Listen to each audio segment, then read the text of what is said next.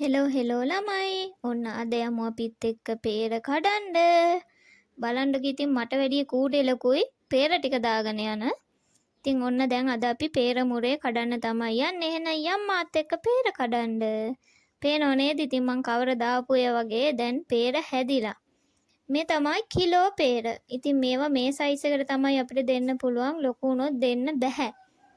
මොකද එතකොට හිතන්නේ අපි බෙහෙත් ගහලා කියලා. ඇත්තටම ළමයි දැන් මේක හදලාත් හරි අපි එකම එක පාරක් මේ පිටි මකුණොන්ට බෙහෙත් ගැහුවා. ඊට පස්සේ මේ වෙනකම් බෙහෙත් කිසිම දෙයක් පාවිච්චි කරලා නැහැ. මේ ඉබේ හැදෙන විදිහට වතුර හරවලා එහෙම තමයි හැදෙන්නේ. ඉතින් බලන්නකෝ peer ගෙඩි වල ලස්සන ඉතින් අද ඉතින් අපිට ඔන්න peer කන්නත් පුළුවන්. මොකද අපි ටිකක් තියා ගන්නවා. අද එද්දි නම් මාකට් එකේ peer මිල බැහැලා රුපියල් 200කට වගේ තමයි යන්නේ. අස්සන්න තියෙන දවසට ඉතින් ගොයියොන්ට මුහුණ දෙන්න වෙන ලොකුම ප්‍රශ්නේ තමයි මිල අහුවෙන්නේ නැති එක. කරන්න දෙයක් නැහැ. ඉතින් මේවා අපිට තව තියාගන්න බැහැ. මොකද එතකොට peer ගෙඩිය ලොකු වෙලා අපිට දෙන්න බැරි වෙනවා. ඉතින් පේනවන වලට මේ peer ගෙඩි වල ලස්සන. ඉතින් අම්මයි මායි ওই විදිහට peer ටික කඩලා කූඩට දාලා ඊට පස්සේ අපි මේවා තෝරන්න ඕනේ. ඉතින් මේ පාර ගොඩාක් අස්සන්න peer වල හැදිලා තියෙනවා.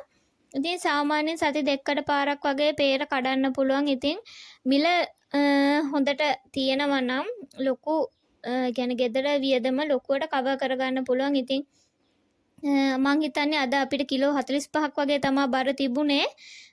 ඉතින් එතකොට සාමාන්‍යයෙන් අපි රුපියල් 250ට වගේ ගියා නම් ලොකු මුදලක් ගන්න තිබුණා. නමුත් ඒකෙන් භාගයක් වගේ තමයි අද අපිට අපේ ආදායම ලැබුණේ.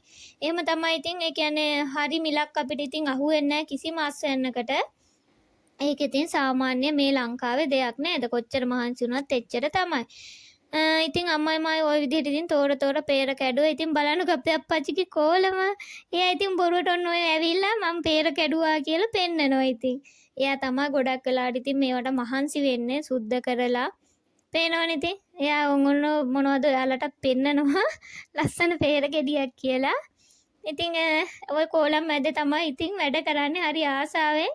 පේනවනේ ඉතින් අපේ peer ගෙඩි වල ලස්සන. ඉතින් අපේ අස්සන්න අපේ අතට ගද්දි කොච්චර සතුටුද. ඕන් ඒ ඇසි කුණු වෙච්ච peer ගෙඩියකුත් පෙන්නනවා.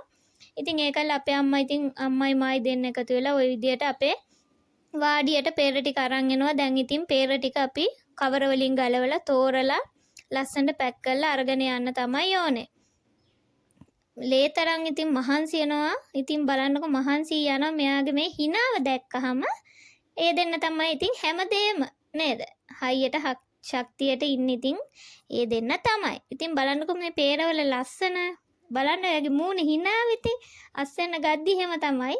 හරි සතුටින්. ඉතින් ඔයාලා පේනවා ඒ වගේම තමයි මේ ඔය සවුත් වෙච්ච ගෙඩි ඉතින් මේවා දෙන්න බෑ. නම්බර් 2 විදිහටවත් දෙන්න බෑ. ඉතින් මේවා අපි අයින් කරලා ඉතින් පුළුවන් විදිහට වටේ පිටේ අයටත් දෙනවා කන්න.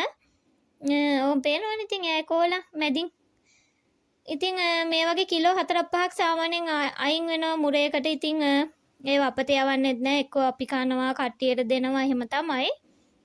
පේනවනේ අද ඉතින් කූඩයක් පිරෙන්නම තියෙනවා. හැබැයි ඉතින් මිල හොඳටම බැහැලා.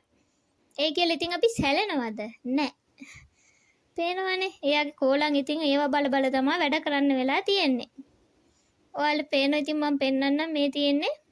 බලන්නකො ඉතින් අර සාමාන්‍යයෙන් අර පොඩ්ඩක් එහෙම මෙහෙන් ඩැමේජ් වෙච්ච ඒවා තියෙනවා. නම්බර් 2 විදියට අපිට සමහර වෙලාවට දෙන්න පුළුවන්. ඔය ඉතින් මේ අස්වැන්නේදී අපි අයින් කරපු peer.